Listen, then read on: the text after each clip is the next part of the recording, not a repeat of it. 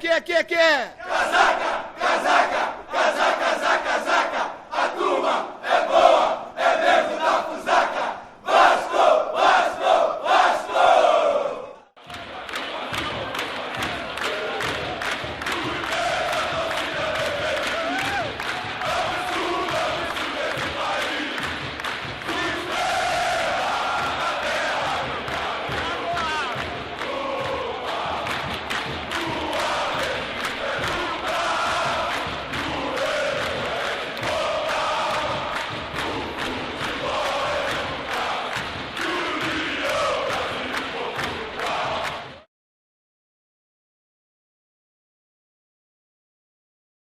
« 4-3, le Real Madrid de Di Stefano. » On découvre maintenant avec vous, Philippe, donc la composition de l'équipe brésilienne.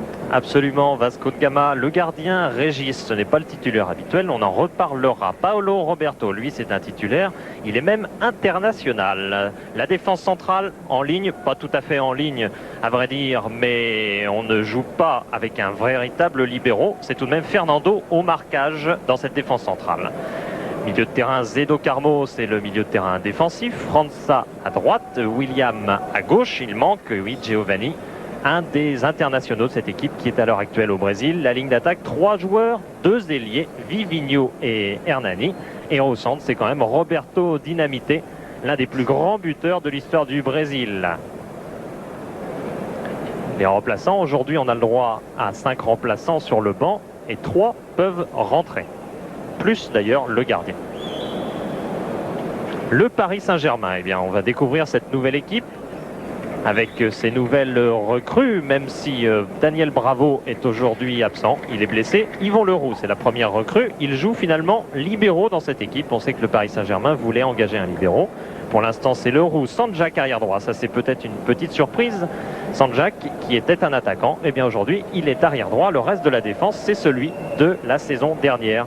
On découvre scène, ça veut dire que l'organisation tactique de l'équipe est exactement la même que l'an dernier, avec ce quatuor en défense centrale. Au milieu de terrain, un petit nouveau, Lasser, c'est un jeune, et devant, Vujovic, qui remplace donc Zverev dans le même rôle. Remplaçant, un petit nouveau aussi, alors c'est un grand nouveau d'ailleurs, Ben Soussan, qui revient au club, ce sera lui le gardien remplaçant de Joël Batz cette année. Il a signé lundi un contrat d'1 an. Donc à signaler, vous le disiez, c'est vrai Philippe, une disposition tactique absolument identique à la saison passée, à 2 éléments près, Leroux et Sanjak, mais la disposition est la même dans le registre défensif. Néanmoins, sur le plan offensif, il faudra attendre quelques matchs, car bien entendu quand Calderon reviendra de la Copa América, puisqu'il dispute actuellement cette compétition avec l'Argentine, et Daniel Bravo retrouvera tous ses moyens, on pourrait assister à un PSG beaucoup plus spectaculaire, beaucoup plus offensif, alors que vous découvrez le numéro 10, Roberto, l'une des grandes stars du football brésilien d'hier, et pas de demain. Non, Roberto qui est certainement dans sa dernière saison. Roberto Dinamite qui était par exemple à la Coupe du Monde 78 titulaire. En 82 il y était aussi, mais il n'était pas titulaire. 700 buts dans sa carrière, toute compétition confondue. Au Brésil il y a beaucoup de coupes, on vous expliquera tout à l'heure. Et maintenant le début du match sans doute avec les Parisiens. Excusez-moi, ça a changé, Adidas a perdu un nouveau club. Et bien voilà, c'était parti. Vujovic pour Suzic, on devrait retrouver très souvent ces deux messieurs tout au long du championnat. Le premier à la distribution, c'était Suzic qui avait lancé la serre, et le deuxième à la conclusion, bien entendu, avec 18 buts.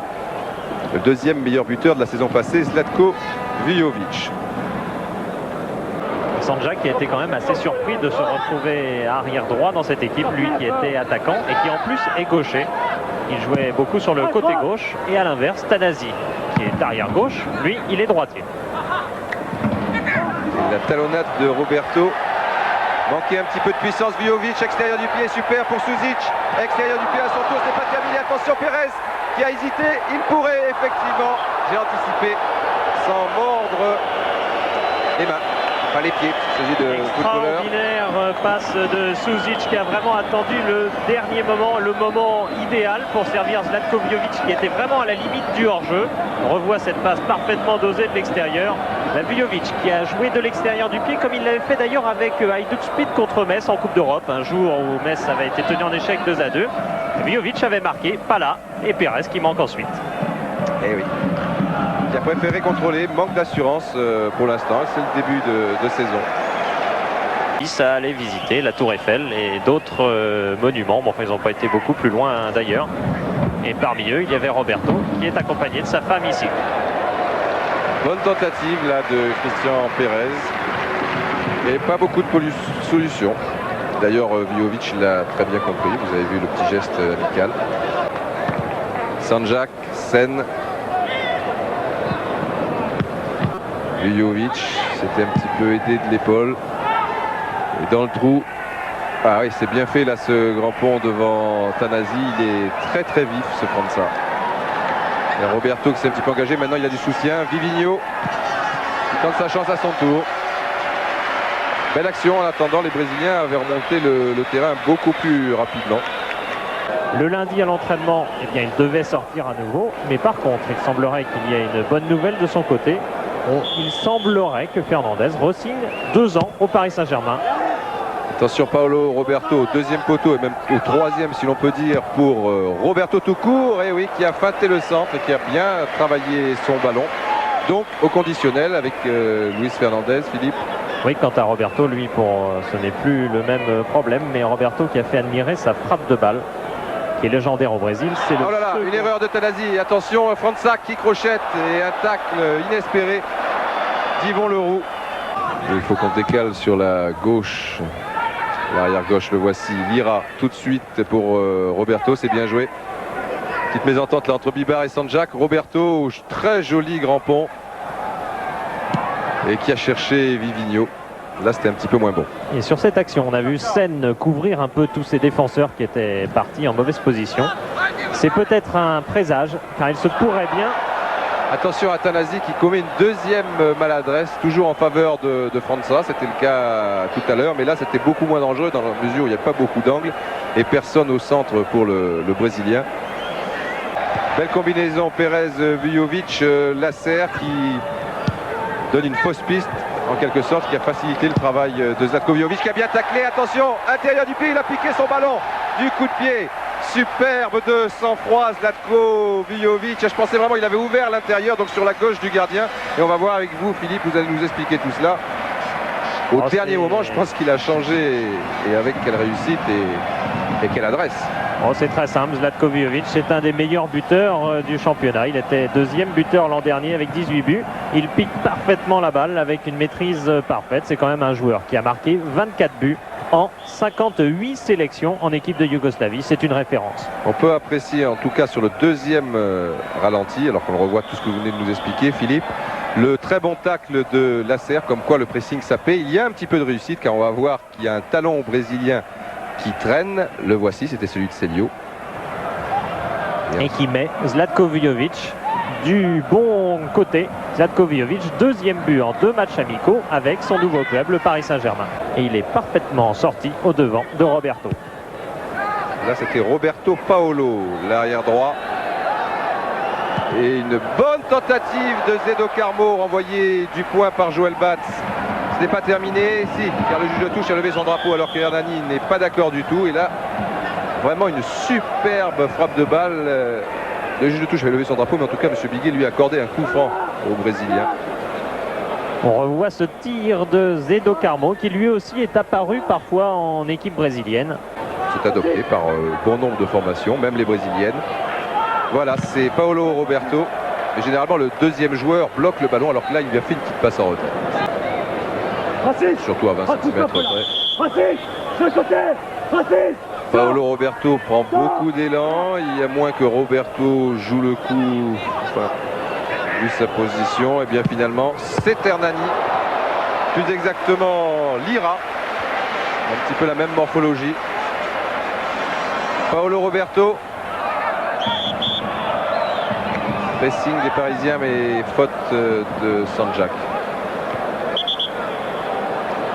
On revoit ce tir terrible que Joël Batz repousse une fois de plus des 2 points. Joël Batz qui a pris l'habitude d'assurer sur ce genre de tir, car une balle relâchée dans cette zone et c'est le but.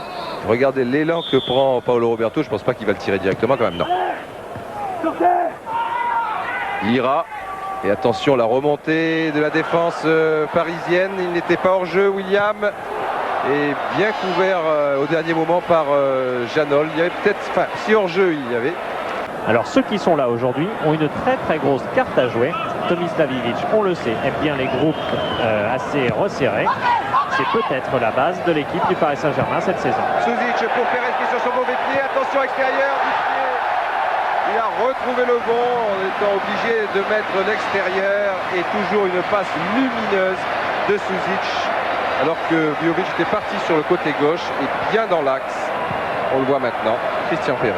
C'est Vujović qui a perturbé la défense brésilienne. Ensuite, il y a l'appel de balle de Pérez entre les 2 défenseurs centraux brésiliens. Et après, il n'y a plus grand monde, si ce n'est le gardien Régis qui n'avait pas anticipé. Pérez extérieur du gauche. C'est du déjà vu. Pérez qui est là donc dans ce tournoi de Paris, où il était l'an dernier, et c'était là l'an dernier qu'il avait gagné sa place au Paris Saint-Germain, car il était venu avec Montpellier au départ. Ivić n'en voulait pas, ou du moins ne faisait pas trop d'avance. Et finalement, Lasser, Suzic, Vujović qui est à la limite du hors-jeu, il est même hors-jeu. Attention, il faut qu'il revienne, il va être signalé. Bon, il est couvert par Fernando. Pérez et en embuscade de Vujović, mais sur cette action à 2 reprises, il était en position de hors-jeu. Les joueurs brésiliens ont hésité. Dans un premier temps, ils l'ont laissé, et puis après, ils ont préféré quand même le couvrir. bien, cette année, on le retrouve, effectivement, il y a tout de même beaucoup de défenseurs, mais il y a assurément une volonté de déclencher la contre-attaque que n'ont pas toutes les équipes non plus. Roberto et le coup de sifflet de Monsieur Biguet. Donc sur ce score de 2-0, on se quitte avec Roberto. Retour donc au Parc des Princes, cette fois engagement Vasco da Gama. Il y a eu 2 changements à signaler côté brésilien. Oui, Roberto, dont on parlait, est sorti. Il a été remplacé par Sorato, un attaquant, qui sera d'ailleurs son successeur au Vasco da Gama. Et autre changement, apparemment le numéro 11, Hernani, qui a été pourtant excellent, a été remplacé par Anderson. Fernando, Alors qu'un joueur brésilien est resté à terre mais se relève. Il s'agissait du libéro Celio.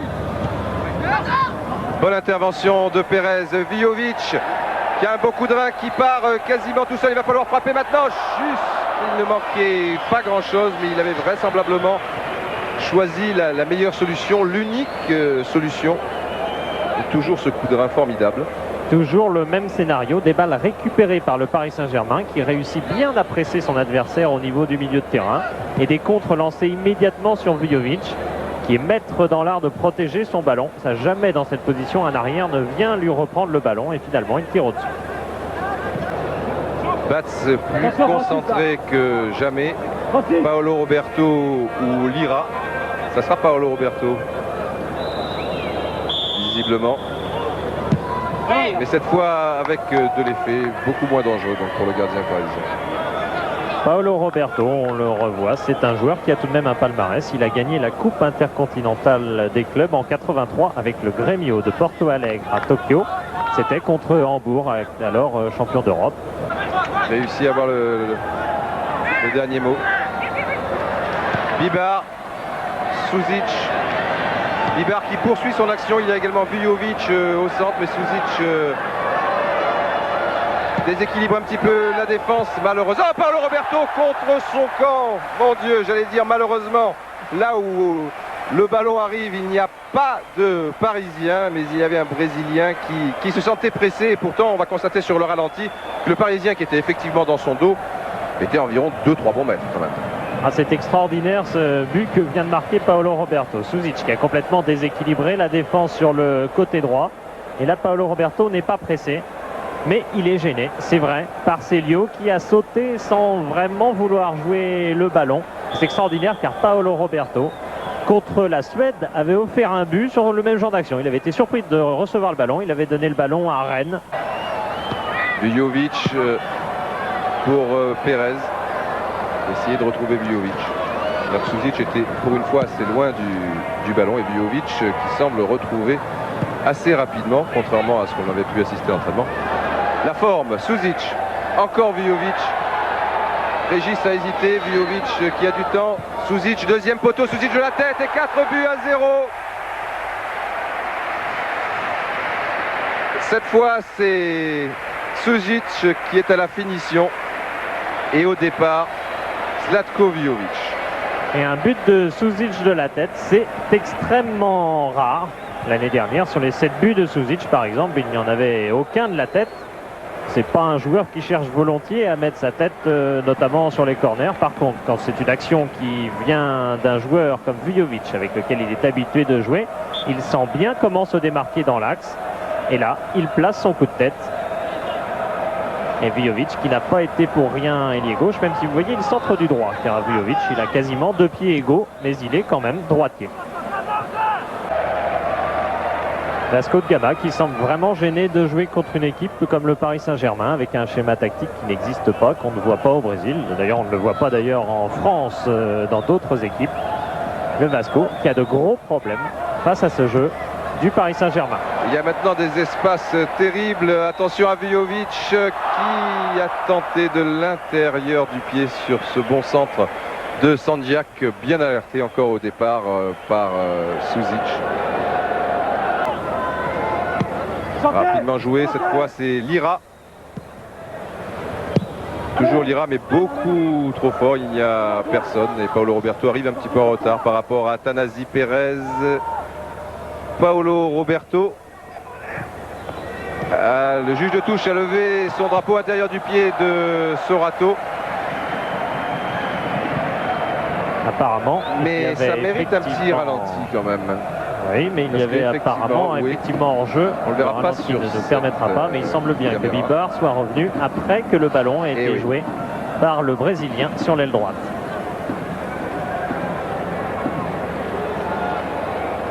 Ralenti qui nous dit d'ailleurs que c'est le joueur au second poteau qui était hors jeu, c'est-à-dire Sorato, et non pas du tout le joueur qui était à côté de Bibar finalement.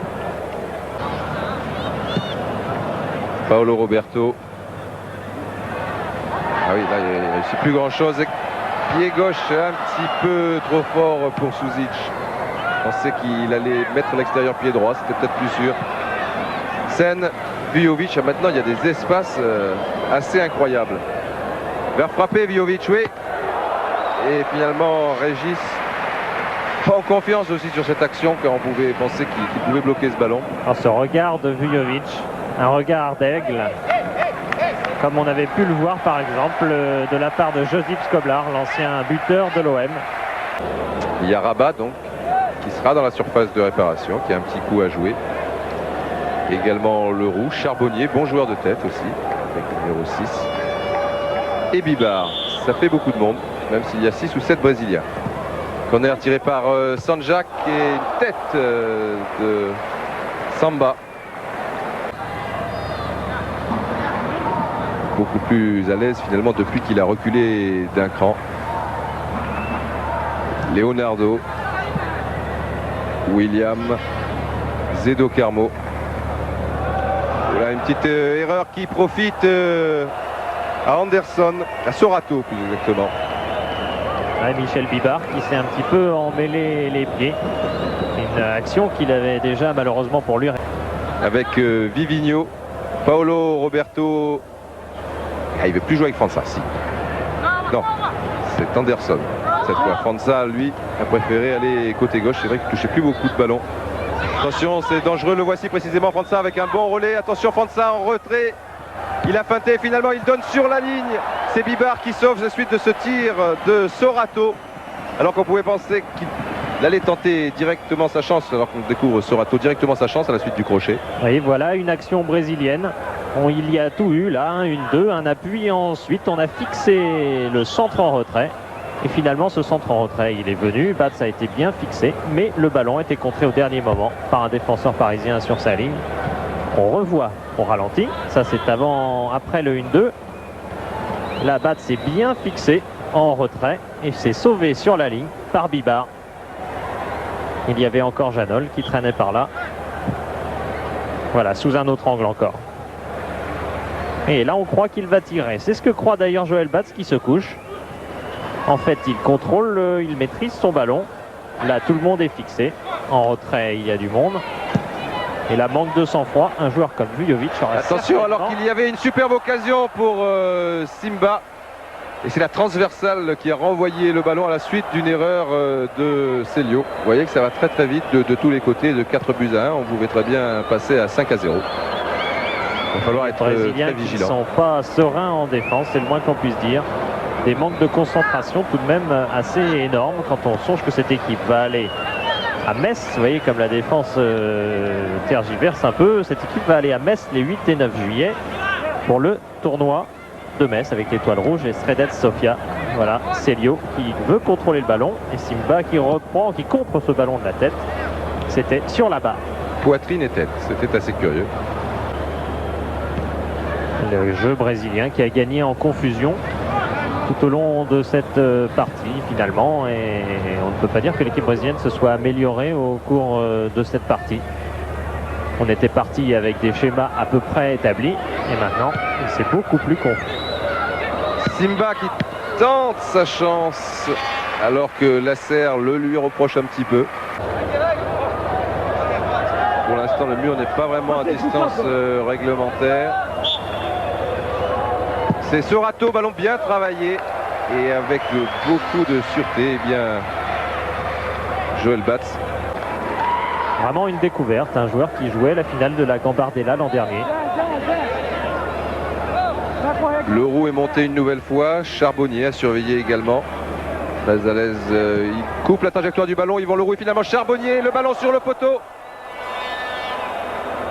Simba Sanjak n'est pas terminé. Si, cette fois c'est bien terminé, mais sur les coups de pied arrêtés en phase offensive comme en phase défensive, certainement les Parisiens feront très très mal dans le championnat avec des joueurs comme Charbonnier, quand Simba s'il est titulaire, Leroux bien sûr. Et on a revu, on le revoit à nouveau, cette tête de Charbonnier qui fut un bon buteur du temps où il jouait à Reims. Il avait marqué 15 buts une saison. Il jouait, il est vrai, en position beaucoup plus offensive qu'au Paris Saint-Germain. Et sans vouloir tirer de conclusion hâtive sur ce match, on peut s'apercevoir que la méthode Ivic a du bon, une méthode de préparation très spéciale. D'abord, le stage, il est au camp des loges à Saint-Germain-en-Laye. Et ensuite, voilà, c'est la fin. Ensuite, depuis un an que Ivic dirige le Paris Saint-Germain, les joueurs n'ont encore fait aucun footing.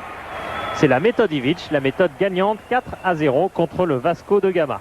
Et oui, alors qu'il restait 3 petites secondes sur mon chronomètre et également sur celui de Jean-Jacques Amselem, notre réalisateur.